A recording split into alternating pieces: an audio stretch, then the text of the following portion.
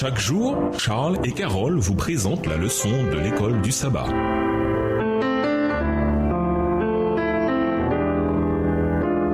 Bienvenue dans votre émission. Dieu nous parle. Nous voilà à la leçon de dimanche, la voix qui paraît droite à un homme. Jésus prononça un avertissement fort pour le contexte des derniers jours, car il s'élèvera de faux Christ et de faux prophètes. Ils opéreront des signes et des prodiges pour égarer, si possible, les élus.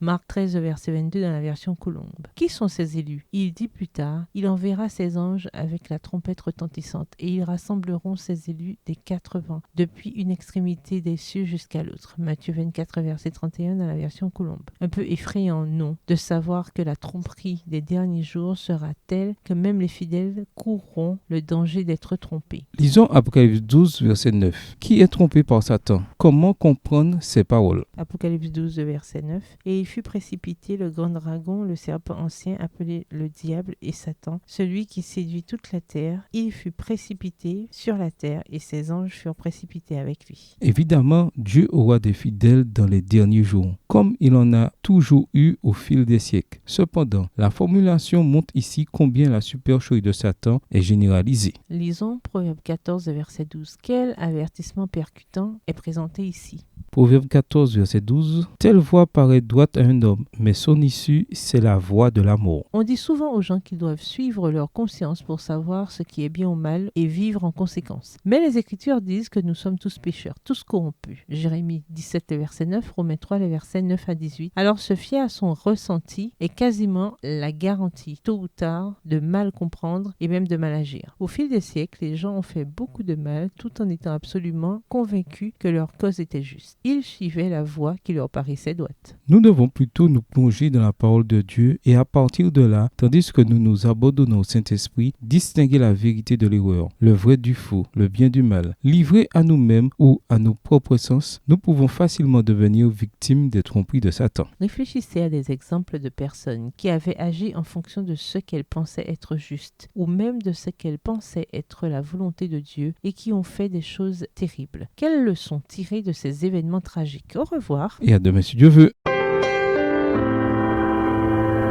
Dieu nous parle. Chaque jour, Charles et Carole vous présentent la leçon de l'école du sabbat.